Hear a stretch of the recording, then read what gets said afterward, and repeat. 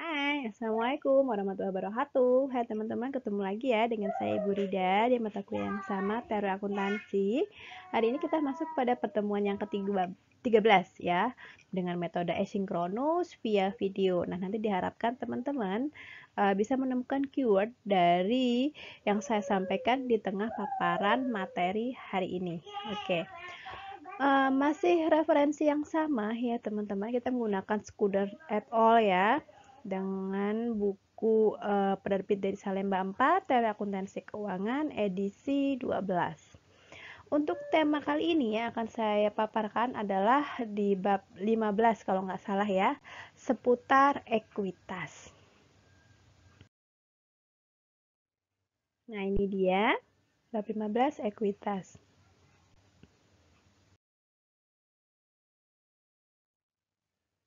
Nah, apa sih sebenarnya yang dimaksud dengan ekuitas? Ekuitas itu identik dengan modal resiko, artinya ya teman-teman. Jadi maksud modal resiko di sini uh, dia terdiri dari dua kata ya, ada modal dan resiko. Modal berarti investasi ya.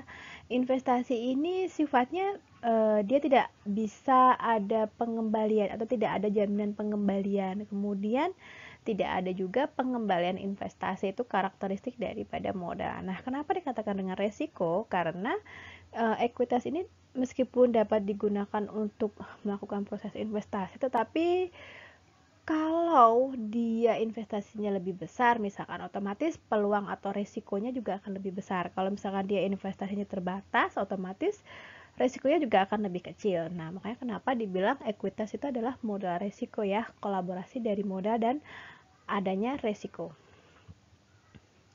Nah, mungkin teman-teman juga akan sering mendengar apa sih yang dimaksud dengan struktur modal ya.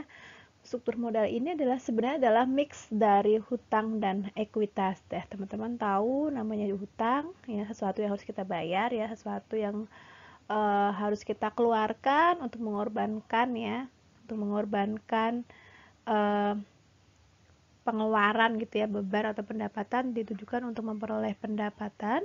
Kemudian ekuitas sendiri yang tadi kita sudah bahas, ekuitas itu identik dengan modal ya, identik dengan investasi, tetapi sifatnya memang tidak ada jaminan pengembalian dan tidak ada pengembalian investasi.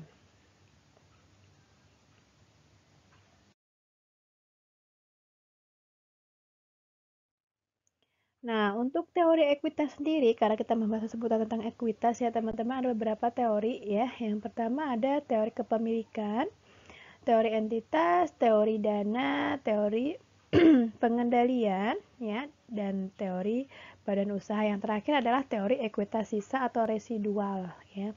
Oke, yang pertama dulu teori tentang kepemilikan.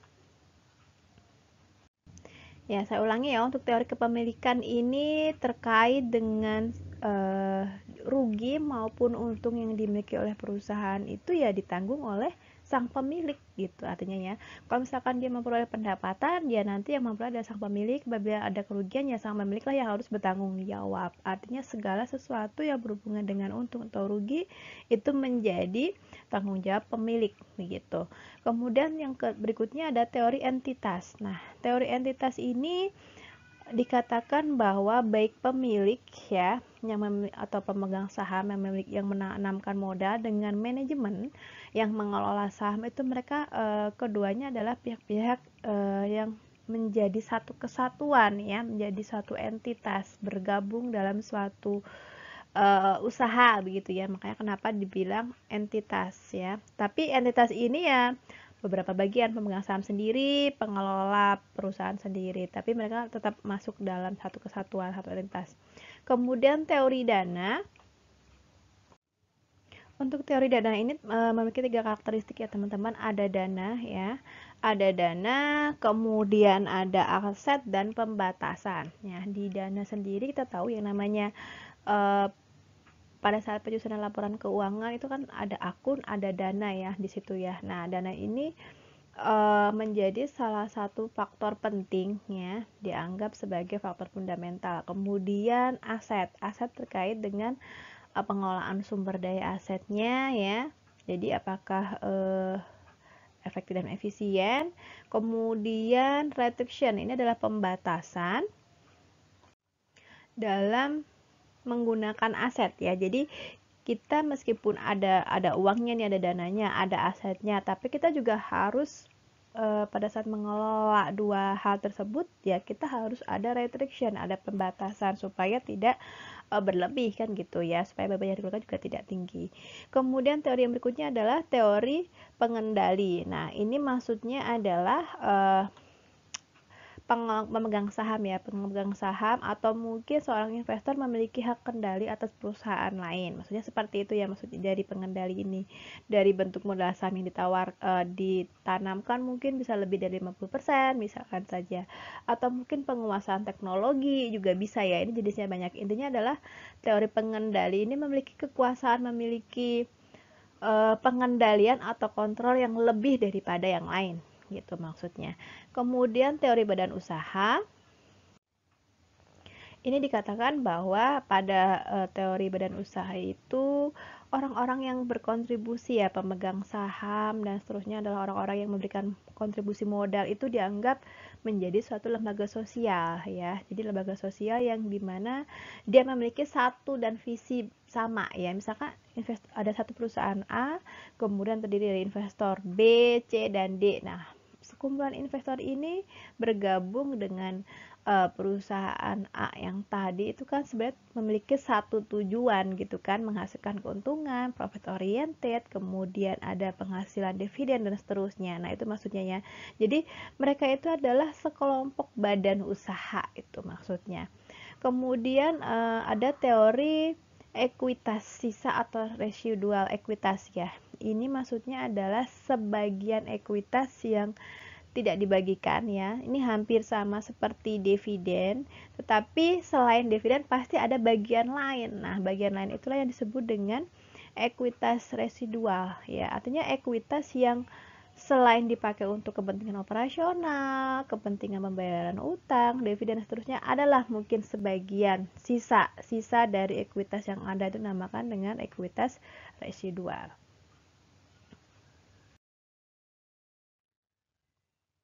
Nah, definisi ekuitas sebenarnya ya teman-teman ini sesuai dengan rujukan yang ada di SFAC nomor 6 ya, dikatakan sebagai kepentingan yang tersisa. Nah, kenapa ya? Jadi ekuitas itu kan sebenarnya kalau dari rumus persamaan akuntansinya adalah aset dikurangi dengan liabilitas ya, sama dengan ekuitas. Benar nggak sih? Nah, makanya kenapa dia dianggap sebagai sisa dari semua kepentingan yang ada. Nah, definisi ekuitas ini terletak pada sisi definisi aset dan kewajiban. Nah, ini menurut SFAC ini ya, teman-teman. Jadi, kita tidak melihat definisi ekuitas secara langsung, tapi kita melihat definisi ekuitas itu berasal dari definisi aset dan kewajiban. Nah, makanya sering dikatakan rumusnya adalah ekuitas sama dengan aset dikurangi dengan kewajiban. Ya, jadi ada yang mengatakan kewajiban versus ekuitas nih. Bedanya apa sih, Bu? Kewajiban dengan ekuitas. Nah, kalau kita ditanya perbedaannya, dari sisi kewajiban itu kan dia membutuhkan adanya transfer sumber daya ya. Jadi misalkan si A membeli barang si B yang menjual. Nah, mereka jadi si penjual ini mentransfer barang juga kaitan administrasi dan seterusnya, kemudian yang membeli pun juga memberikan transfer uang begitu kan ya, misalkan dia dibayar dengan cash. Nah, artinya ada transfer sumber daya, itu namanya kewajiban. Tetapi kalau ekuitas ini tidak membutuhkan persyaratan transfer ya teman-teman, jadi bedanya di situ. Untuk rujukan FASB Financial Accounting Standard Board ASC 410 ya, ini di halaman 10. Nah, ini mengharuskan kewajiban tertentu ya yang dapat dipenuhi dengan emisi efek ekuitas diklasifikasikan sebagai kewajiban. Nah, jadi menurut FASB ASC ini dikatakan dia kewajiban apabila ada kewajiban yang harus dipenuhi gitu loh ya. Ini kaitannya dengan efek sekuritas, efek ekuitas maksud saya. Nah, kemudian masuk kepada perbedaan antara utang dan ekuitas ya, teman-teman. Oke, di sini Untuk rasio hutang dan ekuitas ini sering disebut untuk ukuran sering disebut atau dinamakan ukuran risiko investasi ya. Ini ada beberapa kriteria klasifikasi yang tepat ya untuk membedakan utang dan ekuitas. Oke, kenapa sih kita harus mengklasifikasikan atau membuat kriteria klasifikasi yang tepat kaitannya dengan utang dan ekuitas ini? Karena kan sebenarnya tujuannya adalah untuk mengevaluasi berapa sih kebutuhan perusahaan gitu ya. Kemudian untuk mengevaluasi atau memprediksi resiko. Nah, resikonya juga ya. Kemudian untuk memproyeksikan arus kas di masa yang akan datang. Nah, oke, untuk proyek instrumen keuangan FASBI ini, jadi si FASBI memang membuat beberapa instrumen begitu ya, kaitannya dengan utang dan ekuitas. Nah, ini teman-teman kekhawatiran tentang bagaimana mengklasifikasikan instrumen keuangan dalam laporan keuangan ini teman-teman ya, ada beberapa. Yang pertama adalah instrumen keuangan yang memiliki karakteristik kewajiban tetapi dilaporkan sebagai ekuitas atau di antara kewajiban dan ekuitas. Nah, ini yang pertama. Yang kedua, instrumen keuangan yang memiliki karakteristik ekuitas tetapi disajikan di antara kewajiban dan ekuitas. Yang terakhir, instrumen keuangan yang memiliki karakteristik kewajiban dan ekuitas tetapi diklasifikasikan sebagai kewajiban maupun ekuitas. Jadi hati-hati teman-teman ya. Jadi yang pertama ini, klasifikasi yang pertama ini dia kategorinya sih kewajiban nih, tetapi dilaporkannya justru di antara kewajiban dan ekuitas di tengah-tengah ya. Kemudian yang kedua, dia dikatakan memang memiliki karakteristik ekuitas tetapi disajikannya bisa ke kewajiban, bisa ke ekuitas. Yang nomor 2. Kemudian yang nomor 3, memiliki karakteristik dua-duanya nih memiliki dua karakteristik kewajiban dan ekuitas tetapi diklasifikasikan sebagai kewajiban maupun ekuitas, diklasifikasikannya salah satu justru. Nah, ini juga harus hati-hati ya teman-teman ya.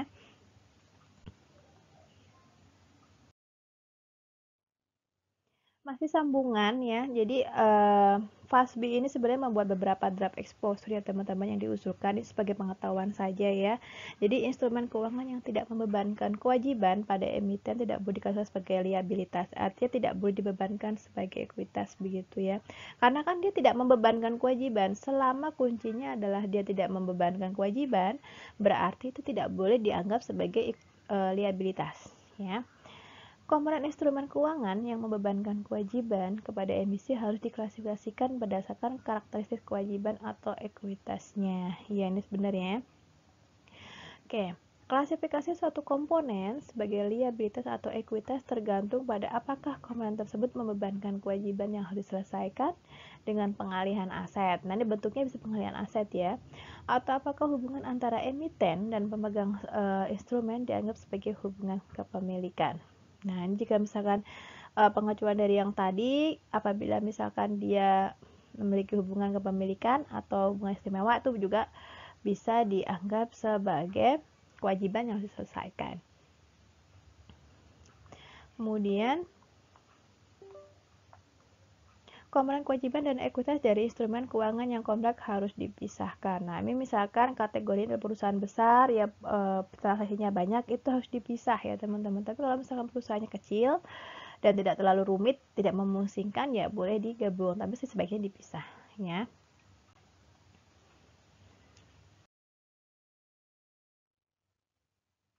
Nah, ini masih sambungan ya. Jadi PSAK nomor 150 ini juga membatasi ruang lingkup ya. Para teman-teman ada 3 kelas instrumen keuangan yang berdiri sendiri yang mewujudkan kewajiban bagi penerbit. Nah, maksudnya emisi di sini ya.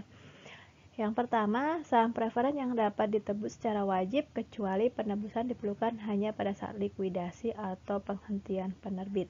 Ya. Yang kedua, kewajiban untuk membeli kembali saham emiten dengan cara mengalihkan aset. Yang ketiga, kewajiban tertentu untuk mengeluarkan variabel yang dibagikan. Oke, ini Dewan menetapkan bahwa keuangan instrumen ya yang termasuk dalam ketiga kelas harus dikatakan sebagai kewajiban. Jadi kalau kategori 1, 2 dan 3 ini sama dan itu terjadi, maka itu bisa dikategorikan sebagai kewajiban ya.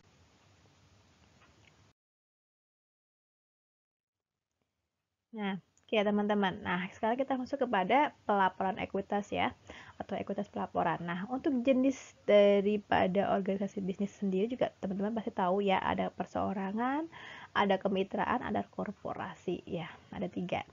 Nah, tetapi pada kenyataannya ya, sebagian besar perusahaan itu yang paling banyak yang dominan adalah perseorangan ya, teman-teman ya. Perorangan maksudnya ya.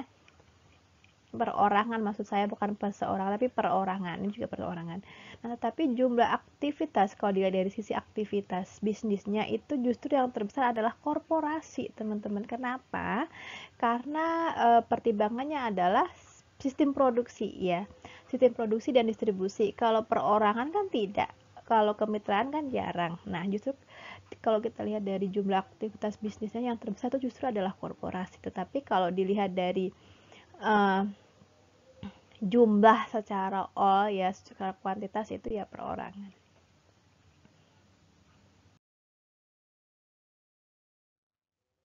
Nah, mengapa sih kita harus melakukan ekuitas ya? Sebabnya atau inilah yang dinamakan keuntungan pada saat korporasi lebih besar ya teman-teman. Jadi sebenarnya ada beberapa plus minus yang kita harus tahu ya. Ini, oke. Yang pertama adalah liabilitasnya terbatas ya. Artinya kalau ini yang slide ini yang saya jelaskan ini adalah keuntungan pada saat korporasi yang berjalan yang teman-teman nyanyikan. Tadi kan dominannya adalah dari korporasi. Nah, kalau korporasi berjalan yang pertama ya, keuntungannya adalah liabilitasnya terbatas. Jadi kewajibannya itu terbatas. Kalau perorangan itu kan kewajibannya bisa jadi banyak. Mitra juga bisa jadi meluas. Tapi kalau korporasi dia suatu badan misalkan, nah itu akan lebih simple dan lebih kecil gitu ya, maksudnya tidak terlalu banyak maksudnya ya.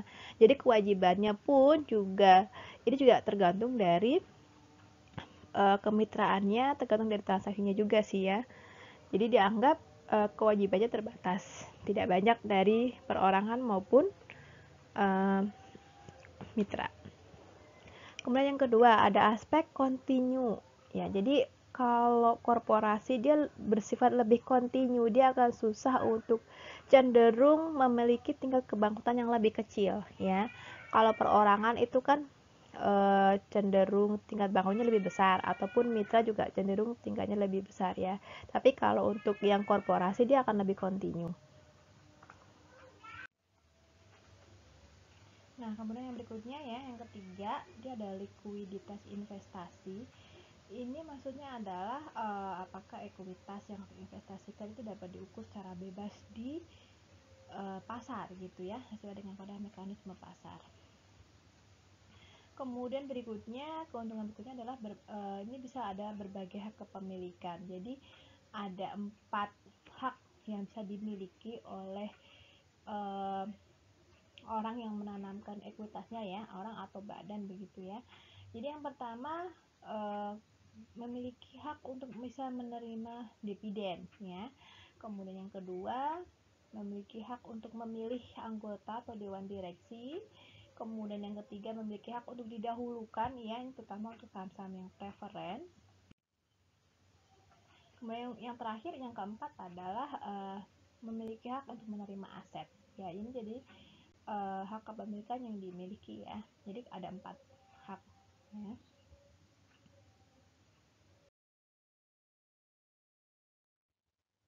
Nah, untuk gambaran bagian permodalan perseroan ya teman-teman ya, ini teman-teman juga pasti tahu. Pertama ada yang modal disetor ya, modal yang sudah disetorkan, termasuk tambahan modal ya.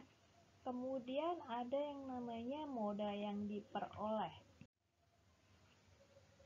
Kalau modal yang diperoleh ini ada yang disesuaikan dengan yang tidak disesuaikan, ada 2 jenisnya ya.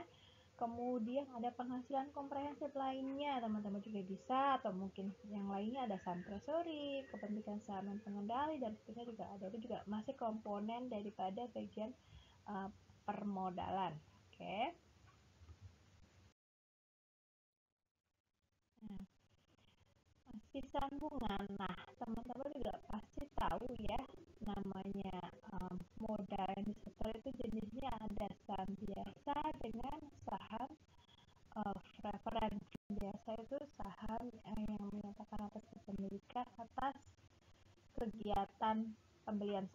saham biasa. Kalau saham preferen kan memiliki hak yang lebih ya, artinya memiliki hak yang lebih daripada saham biasa. Kemudian untuk fitur daripada saham preferen sendiri, teman-teman, yang pertama itu konversi. Artinya apa? Saham konversi itu bisa saham preferen itu bisa dikonversi, dirubah menjadi saham biasa ya.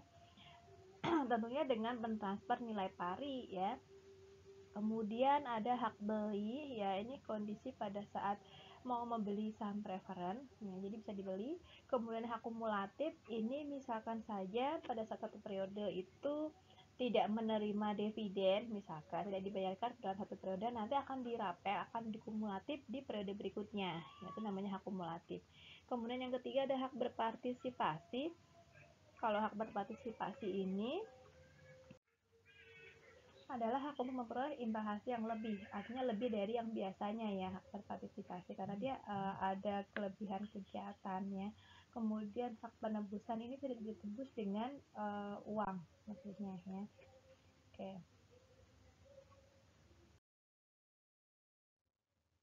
Nah, masuk kepada pilihan persediaan teman-teman. Jadi ada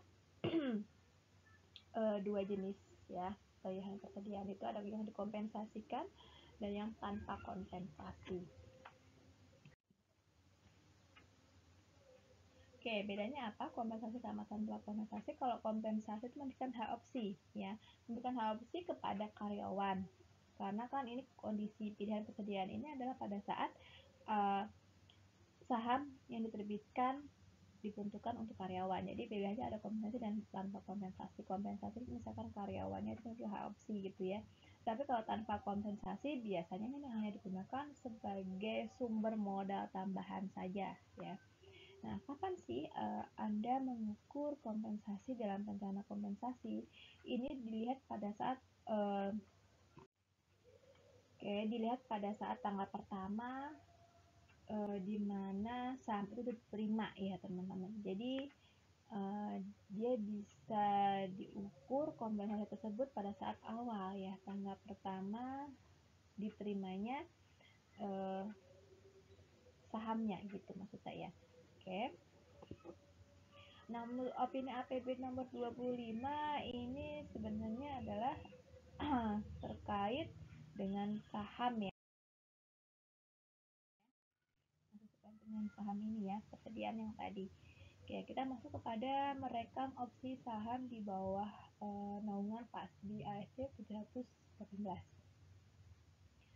Oke, teman-teman. Nah, akuntan percaya Saya ulangi, banyak akuntan percaya bahwa ketentuan APB nomor 25 ini menghasilkan nilai laporan keuangan yang terlalu rendah ya. Ini karena pencatatan biaya kompensasi ya pada saat opsi ini diberikan. Jadi teman-teman untuk saat ini sebenarnya untuk pengetahuan saja ya. Pada ini ada draft exposure yang dicetuskan oleh PASBI ya terkait dengan opsi saham. Ini rujukannya ada di APB nomor 25. Kemudian untuk di PSAK nomor 133 ini adanya pengakuan atas estimasi nilai opsi saham sebagai beban. Jadi diakui sebagai beban ya. Nah, kemudian direkomendasikan tetapi tidak memerlukan pendekatan nilai wajar atau backcalculus ya. Cukup tahu saja teman-teman ya. Ini sekedar materi tambahan. Jika peralatan APB nomor 25 ini digunakan, harus menunjukkan performa pendapatan yang bersih dan efek EPS. Nah,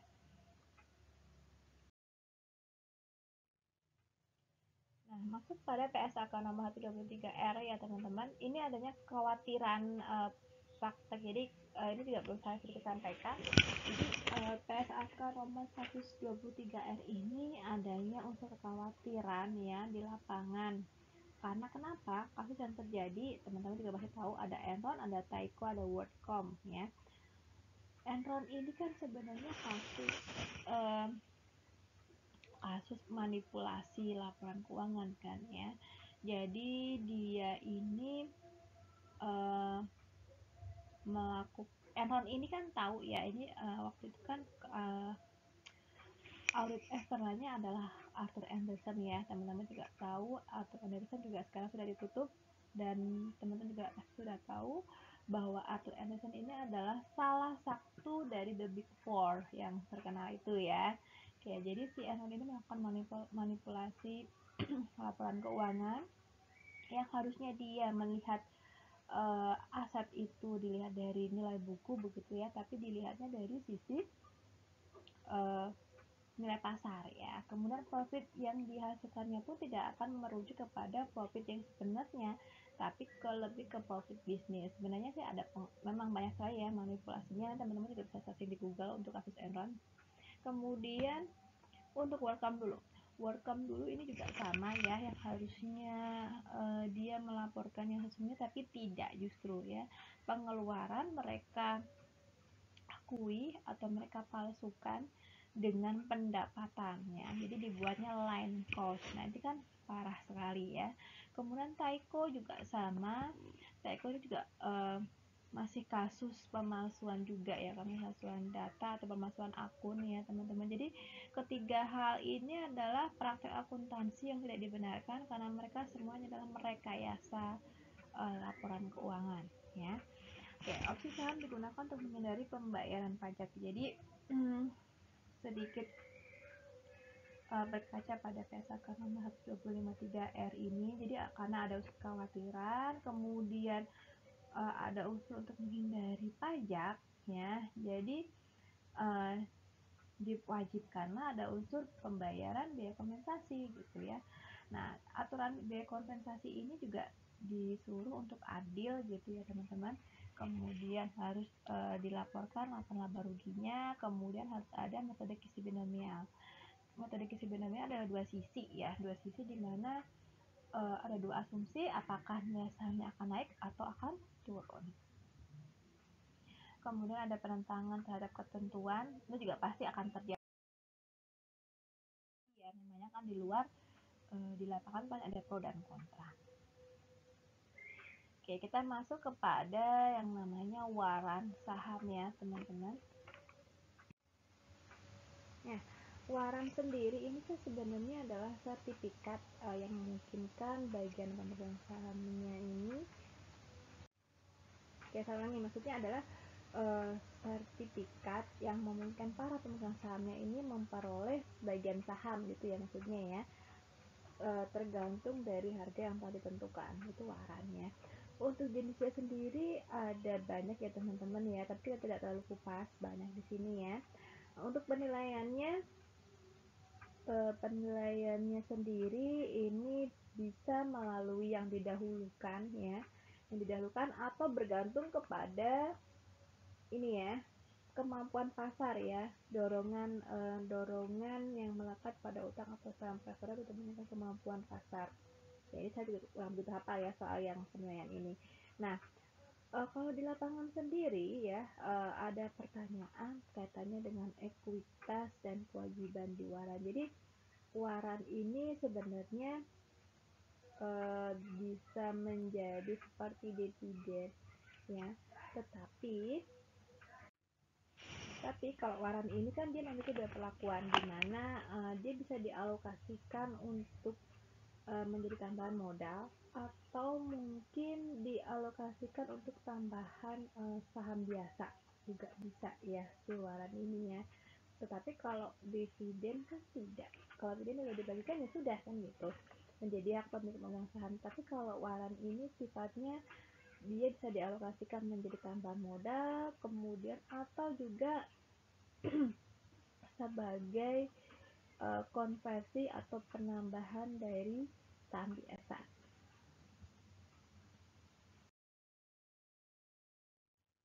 Nah, untuk pendapatan ya teman-teman, pendapatan yang disimpan ya, ini masih dengan ekuitas. Ini ada akumulasi laba bersih ya, jadi bisa ada penambahan, jadi laba bersihnya bisa terakumulasi ya setiap periode maksudnya, kemudian belum dibayar sebagai dividen. Tahu teman-teman juga pasti tahu yang namanya dividen ya. Dividen itu sendiri kan laba yang dibagikan ya, tapi kalau laba yang tidak dibagikan berarti ya laba ditahan kan gitu. Kemudian dapat dibagi menjadi sesuai dan tidak sesuai. Ini artinya mengikuti proporsionalnya ya, apakah akan dibagikan secara proporsional atau tidak ya. Yang masuk pada masalah ekuiti pemegang saham lainnya ya teman-teman, ada dividen saham, ada pemecahan saham ya. Dividen saham itu berarti yang dividen tadi saya udah singgung barusan. Kalau pemecahan ini sebenarnya stock split, jadi dibagi lagi jadi beberapa bagian ya, tergantung dari pemegang sahamnya ya, kuantitas dari pemegang saham. Kemudian ada saham treasury ya, ini saham yang dibeli kembali ya teman-teman, ada pendapatan kontrak lain. Ini contohnya misalkan laba atau rugi yang belum terrealisasi ya, ini juga sering sekali terjadi. Kemudian kuasi reorganisasi ini dilakukan manakala untuk mengatasi kebangkrutan ya, udah terindikasi akan bangkrut, nah suka dilakukan kuasi reorganisasi. Kemudian kepentingan non pengendali ini terkait dengan sebagian kepentingan yang dia tidak memiliki pengontrolan yang signifikan ya.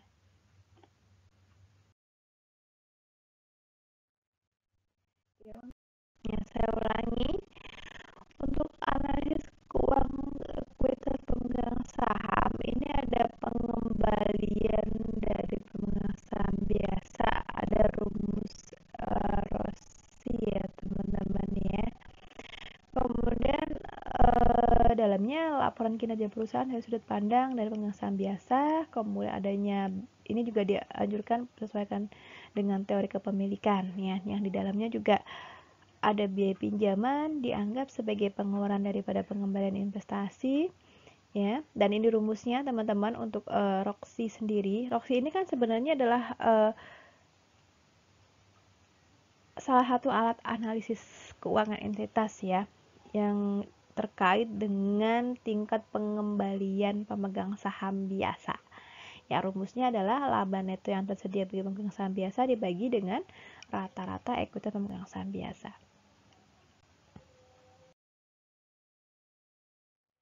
Nah, kemudian untuk pengembalian ekuitas teman-teman, ini contoh saja ada Hersky dan Tozerol, ini yang tempo hari sudah juga pernah saya sampaikan ya. Ini analisis ekuitas yang di tema kali ini. Nah, ini dijelaskan bahwa si Hersky ini agak lebih sedikit lebih besar ya dari sisi tingkat pengembalian pemegang saham biasa. Ya, dia agak lebih besar daripada yang punya si Tozerol. Artinya apa? Artinya si Hersky lebih cepat tingkat pengembalian ekuitasnya daripada si punya si Tozerol. Kemudian untuk analisis keuangan ekuitas pemegang saham juga ada teman-teman, selain ROSI tadi ya, ada juga yang namanya FSR ya, rasio struktur keuangan. Nah, ini digunakan untuk melihat seberapa besar proporsi aset perusahaan yang dibiayai oleh pemegang saham. Di rumusnya ada rata-rata aset dibagi dengan rata-rata ekuitas pemegang saham biasa. Nah, rasio struktur keuangan ini yang disampaikan ya, si Hersi juga lebih sedikit daripada si Tozerol. Artinya apa? Artinya si Hersi memiliki struktur keuangan dengan leverage yang lebih bagus ya, teman-teman, daripada si Tozerol. Tapi ini selisihnya cuma sedikit sih, ya. Nah, ada standar akuntansi internasional, teman-teman, ada IASB ya, telah membahas isu-isu berikut yang berkait dengan ekuitas pemegang saham. Ini juga sebagai pengetahuan saja. Yang pertama, penyajian ekuitas atas laporan keuangan dalam kerangkanya. Ada pembahasan tentang pembayaran berbasis saham. Jadi ada yang tidak melakukan secara tunai atau dengan menggunakan aset begitu, tapi juga dibayar dengan melalui saham. Itu diatur di IFRS nomor 2.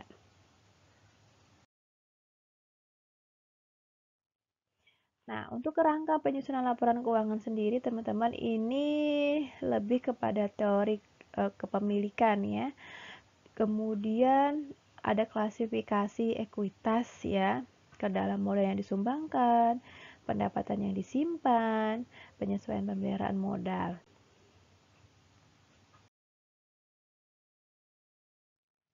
Oke. Kemudian, nah ini yang tadi yang sudah saya sampaikan, IFRS nomor 2 nya tentang pembayaran berbasis saham. Nah, ini sebenarnya sih untuk menentukan pelaporan keuangan otoritas untuk efek dari transaksi pembayaran berbasis saham ya. Dan ini lebih luas dari konsep opsi saham karyawan. Prinsipnya sendiri dari sisi pengukuran dan persyaratan khusus untuk 3 jenis transaksi pembayaran berbasis saham. Nah, jadi hanya 3 ya teman-teman ya. Pertama, transaksi pembayaran berbasis saham yang diselesaikan dengan ekuitas. Kemudian yang kedua, diselesaikan dengan secara tunai. Ya, yang ketiga, melibatkan penerimaan barang atau jasa. Jadi kan opsi posisi ingin membayarnya kan jenisnya bisa melalui ekuitas, bisa melalui tunai ataupun barang ataupun jasa.